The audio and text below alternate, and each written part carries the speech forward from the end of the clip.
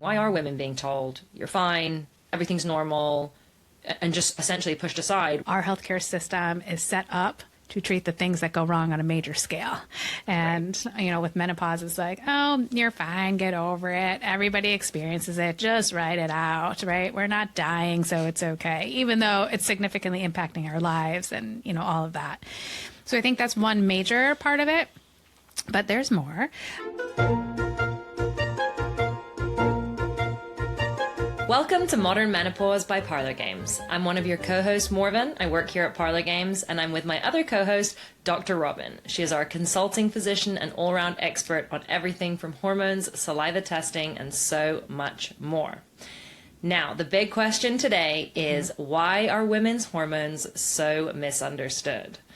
Sure, we're not being thrown into bedlam or told that we have wandering uteruses or any other kind of nonsense. But we are still hearing a lot of misinformation, a lot of junk, and for a lot of women, we're still on the receiving end of information that's not particularly helpful. I mean, there's certainly a lot of prescriptions for things that we maybe don't need.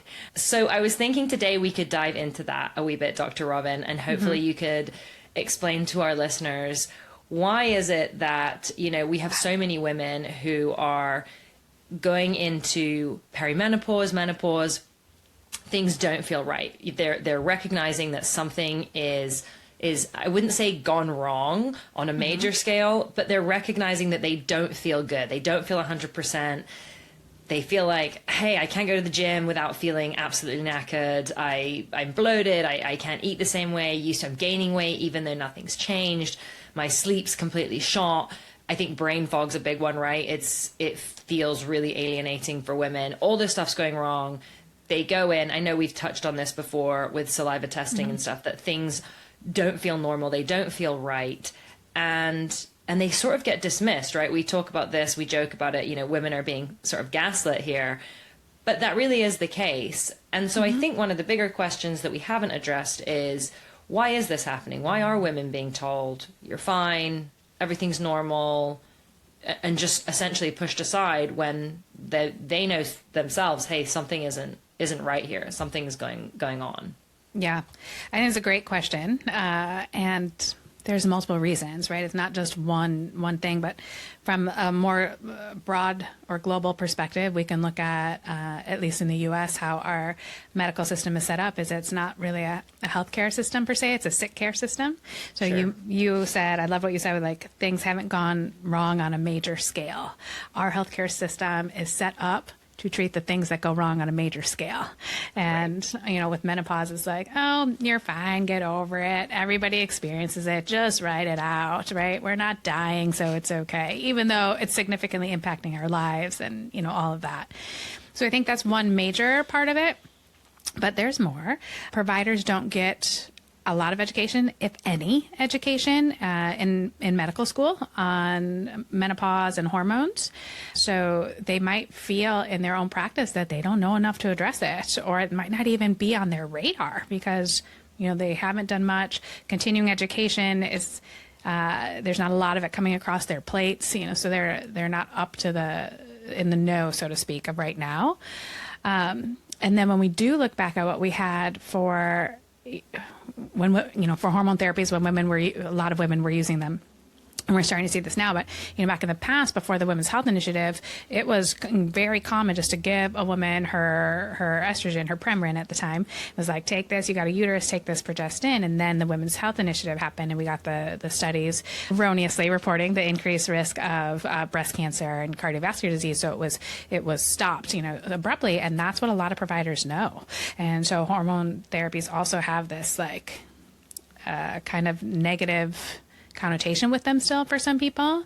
And when we're thinking about hormone therapies as part of our medical system, they're not money makers. We can't patent a hormone. It's something that occurs in nature, so we can't get a patent on that. Companies can only patent the delivery system. So that means there's no money in it. And so if there's no money in it, there's minimal development. There's, people aren't feeding this. And it's sad to say, but it's how our system works. And so we have all these different things impacting what's going on, and can often be also, I think, a taboo subject for women to talk about. It's getting so much better. I love seeing this, but people also weren't talking about it and accepting it as quality of life. That demand maybe wasn't as there as much as it is starting to be there now. Right. And like you say, I think that there are these different facets, right, in the sense of, yes, our healthcare system is geared up for worst case scenario. We can handle the worst case scenario. We can handle big problems.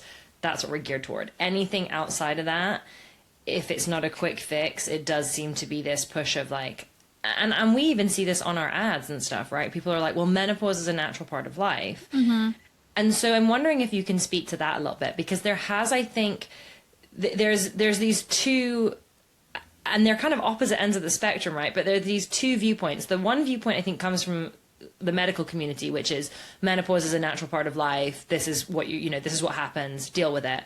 And then the other part is sort of people who are very, very opposite, who are kind of like crunchy, for want of a better word, who are like, well, menopause is natural. You should go through it naturally. And I'm curious what advice, I guess, you would give for women to advocate for themselves in that middle ground, where they're like, they've been to their GP, they know nothing major has gone wrong. They're not necessarily wanting to go and take, all these different medications to try and solve the problem. And they're sort of there and they're like, I don't know how to feel good. Because I also think that there's another topic that you could speak on, which is, how do women assess, I'm not feeling good? Yeah. How do they assess for themselves, I want to feel better, but I'm not sure what that looks or feel like. And I'm wondering if in your practice you have a kind of protocol of, well, what do you want to feel like? What is, what does that look like for you when we don't understand women's hormones? So these are women who are often finding us, finding you, finding naturopaths, finding practitioners who are more specialized and saying, okay, I want to do something differently. I want to understand my hormones. I want to understand what's going on. What are their first steps? Yeah, I absolutely want to address that. One thing I want to address and point out right now is we're talking about this, this very common thing that women experience. We have a medical diagnosis code for all these things, and we're talking about the beliefs around it. Yes. And which is really interesting, because where else in medicine do we talk about the belief and have it be okay that providers practice based on their belief around something? Somebody walks in with diabetes, they aren't denied care because we don't believe we should treat it.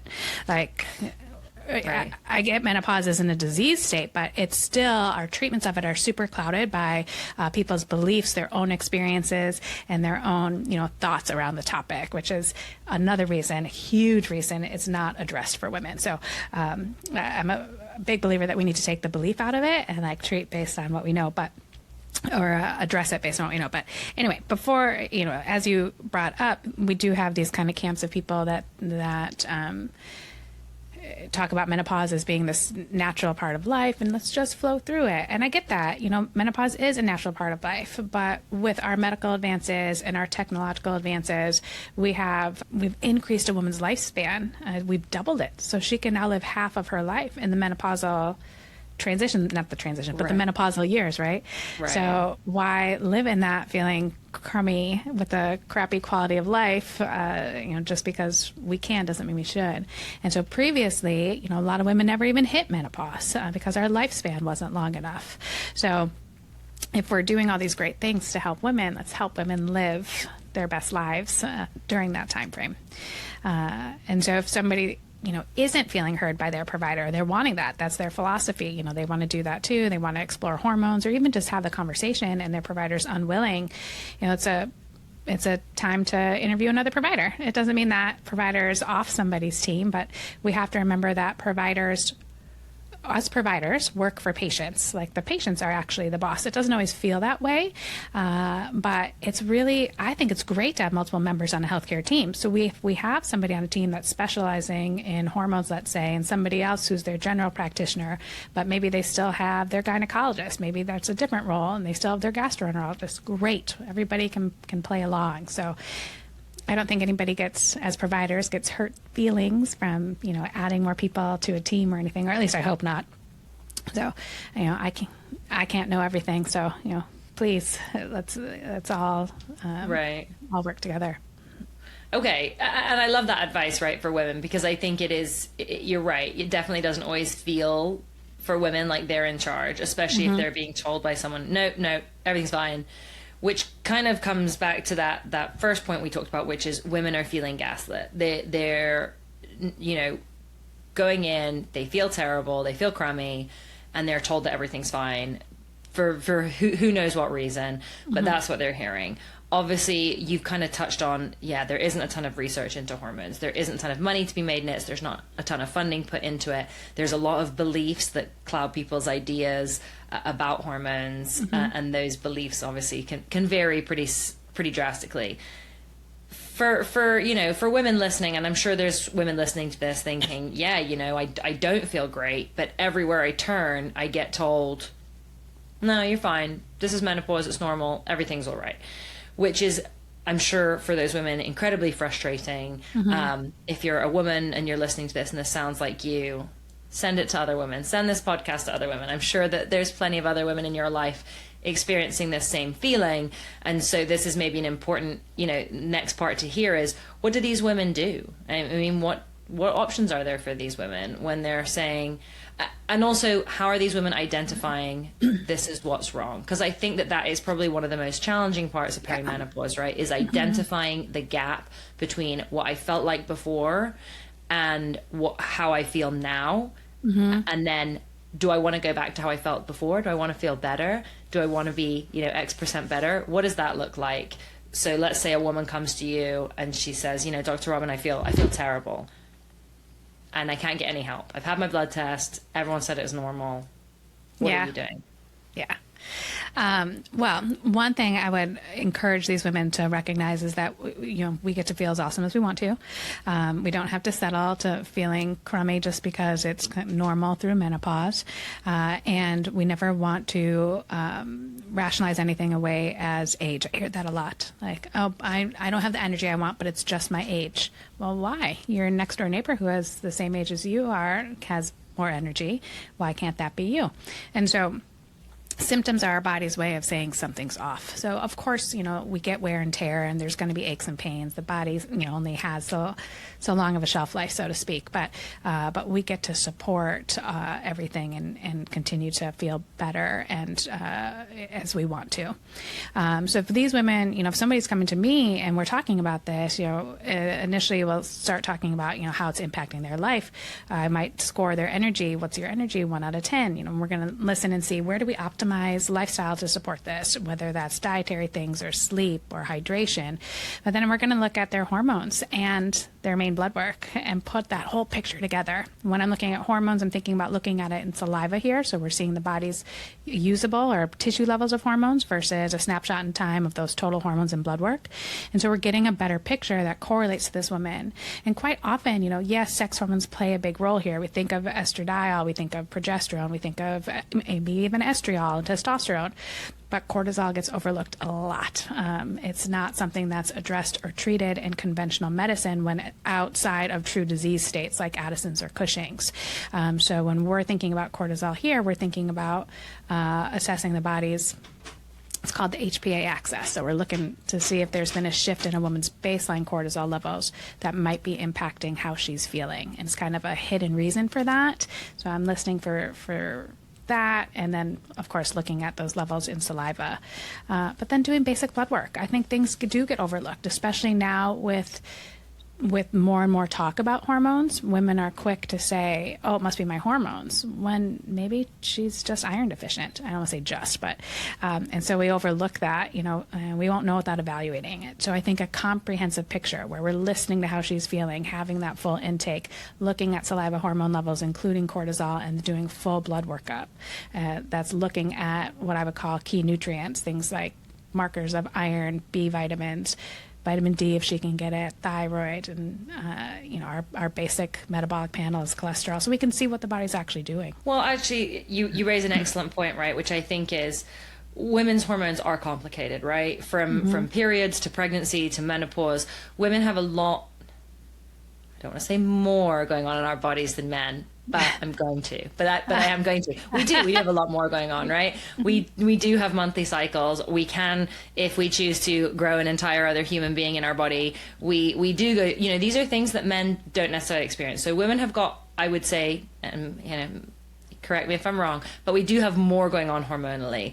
And I think that you're right. This has sort of led to this, as the conversation shifted, this belief of, oh, it must be my hormones.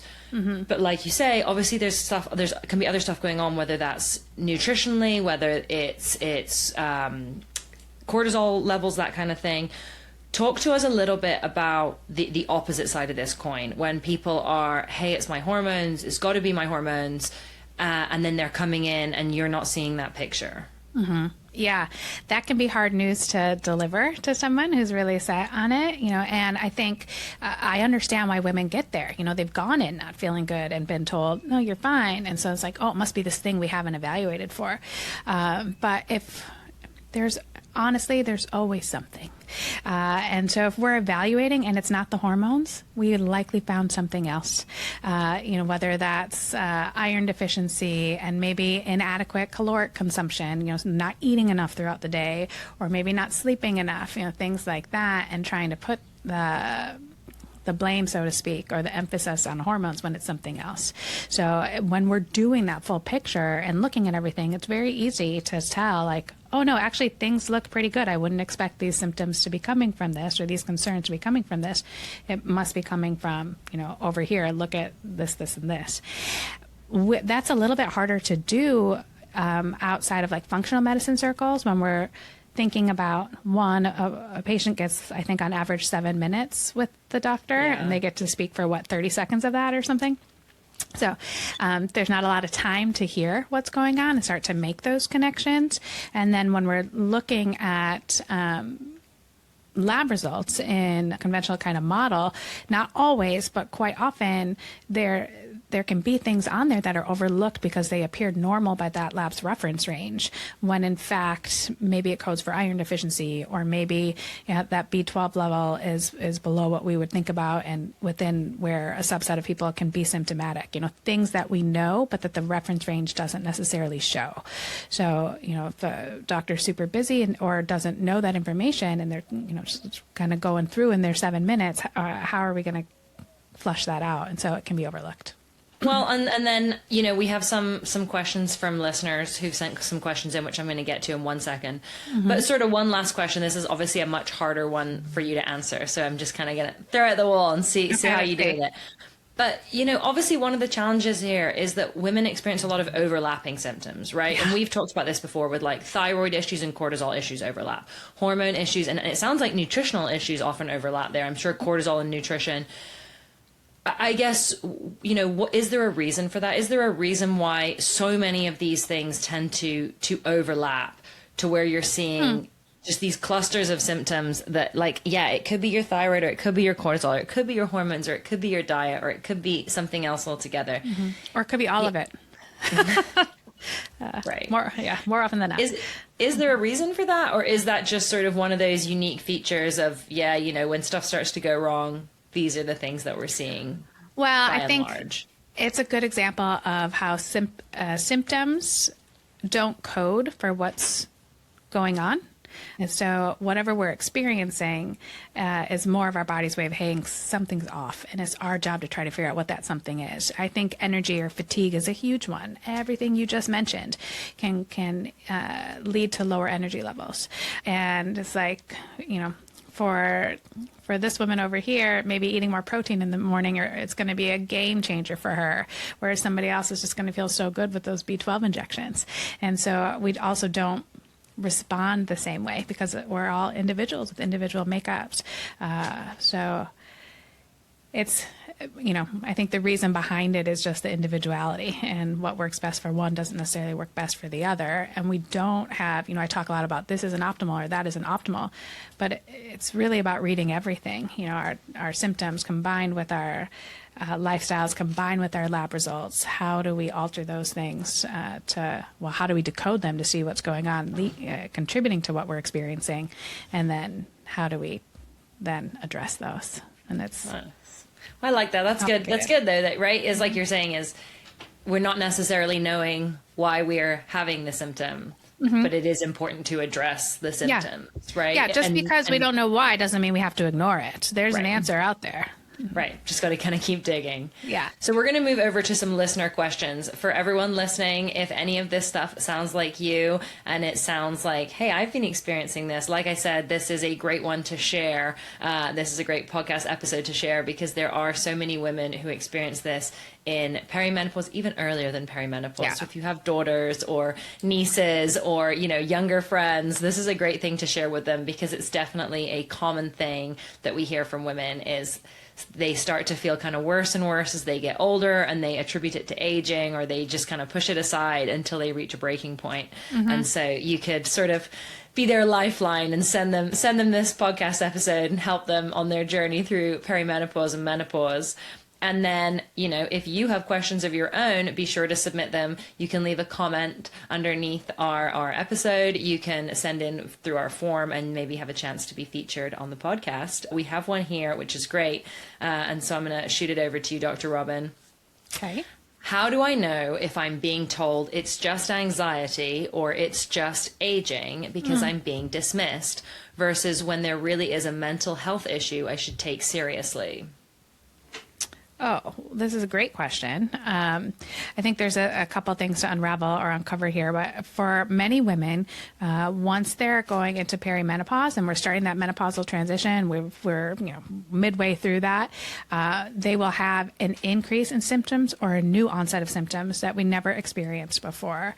So, while yes, I suppose anxiety could start in the perimenopausal years, if that's a new symptom, or even let's say heart palpitations is a good example, all of a sudden it's coming on at the same time of our menstrual changes, and all of a sudden our mood shifts and we're crying at the drop of the hat, or what have you, it's a pretty good indication that the hormonal shifts could be at play there. And when we're working with therapists, they have scores that they use, our PHQ-9 or GAD-7, things like that, to objectively look at anxiety and depression and things along those lines.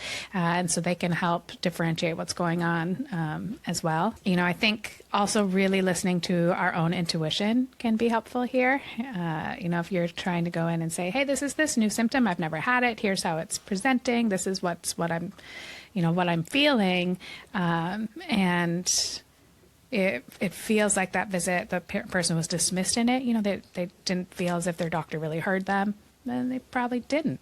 And maybe checking in with a second opinion. But checking in with the whole team. And Morven, I'd love some of your thoughts here too, as in your field, obviously. Yeah, I would say it's a challenging one because I would say from the side of therapists, you're definitely going to get therapists who dismiss it as being a physical symptom. You'll definitely get therapists who kind of go the opposite, and they'll say that, oh, you're experiencing anxiety, depression, like it has to be a mental health issue versus, hey, this could be a physical symptom related to hormones. Right. So it's kind of tough. I would say this is a good case of two things can be true. In that absolutely. There are studies that show absolutely that perimenopause and menopause show significantly higher rates of anxiety and depression. They get diagnosed at much higher rates in that kind of demographic. I know Dr. Robyn can speak more about this if we have time, or it might be a topic for another day, about the interactions between your neurotransmitters, sort of your brain chemistry and your hormones. So there really is a legitimate connection there. A good therapist is going to give you tools to deal with anxiety, depression, anger, these kind of things that show up in perimenopause and menopause. There are practical strategies to deal with these things, and also going to support you checking out physiological issues like perimenopause. Do you need to get your hormones tested? Is there other stuff going on? So I think it's more of a case of finding good practitioners, like you say, therapists, like Dr. Robyn said, interview your therapist. They work for you. You want someone who's going to be open to the idea that, hey, could this be physical? Could this be perimenopause, menopause? And not just prescribe antidepressants, anti-anxiety pills. They have a ton of side effects. You want someone who's going to rule out as many things as possible before getting to that point.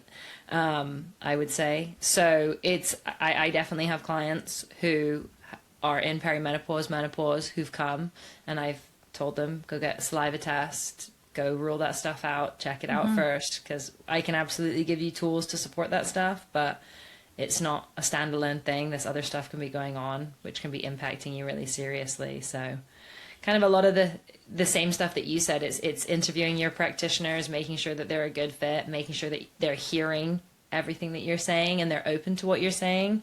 But also for yourself, looking at it from a bunch of different angles, because it might not just be one thing. It's tough for women out there. Yeah, and I want to be clear. There's, nothing. There's nothing wrong or stigma attached with also taking medications or using medications. No. While they're definitely needed at times, and they can be really helpful. So I think some people get really stuck on, and even some practitioners, depending on what type of medicine they're practicing, might get really stuck on, not doing that versus. And it's what feels best to the client. Yeah. For sure. Okay, question here from Nia.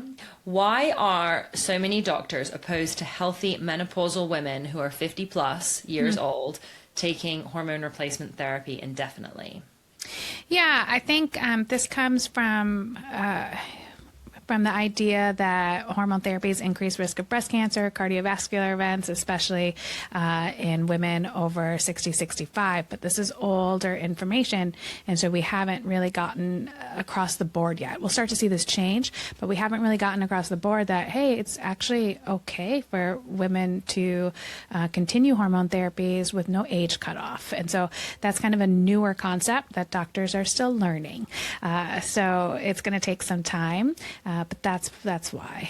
Okay. And then we've probably got time for just one more. Is this issue actually improving? Are younger doctors coming in with a better understanding of menopause, or are women still facing the same gaps in care? Ooh. I don't have a solid answer on that, but I would say it might not be improving the way we want it to improve. Like, it's still not being taught in schools, to my knowledge, or, across the board. There's still minimal time and education lacking on this.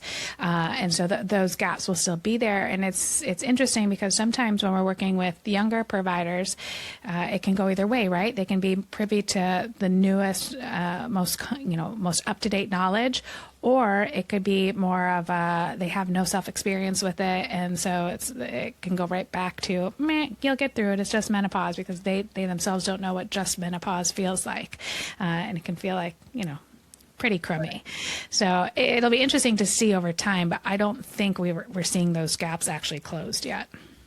Yeah, I can say anecdotally, when I was studying and I was getting my license and stuff to become a therapist, I did with a very well-respected school group. It was sexuality across the lifespan. It was like continuing education. And I was really interested, and it was all about sex across the lifespan. And so you think about what sexuality across the lifespan means. And we at no point touched on sex postpartum, sex in perimenopause, sex in menopause. We spoke about different other elements like kinks and stuff, which I'm fine with, but I'm like, that's not really the same as sexuality across the lifespan. Right. They barely spoke about puberty and adolescence and this kind of thing. It was sort of, this is what happens when you have sex in your 20s and 30s. And kind of the different flavors that you might get in that time period. I was enraged. I wrote in and complained. I was like, this is not, if you want to run a different course under a different title, that's fine. But, I specifically wanted to do it because I wanted to see what kind of this leading school was saying about what happens to sexuality, when men's and women's sexuality postpartum, in later years, that kind of thing. Not at all. And this was very recently. This was only a few years ago. So it's kind of alarming that there is still this big gap. Obviously, here at Parlor Games, one of our flagship product is Silky Peach Cream. So we hear from a lot of women who are talking about their sex lives. Yeah. And clearly it's still a very taboo topic, even in 2026, older women having sex lives. It's still, unfortunately, very taboo. But I think we're about out of time for today. For anyone listening, we're glad that you're here listening to our podcast. If you enjoyed it, please be sure to share it with people that you think would enjoy it too. And of course, if you have any questions for Dr. Robyn, be sure to send them in on the form or comment underneath the podcast. Be sure to subscribe. We put out a new podcast episode every week. So if you want to make sure that you never miss it, make sure that you hit that subscribe button. That's about all we have time for today, though. So we will be back with another great episode next week. See you next time, ladies.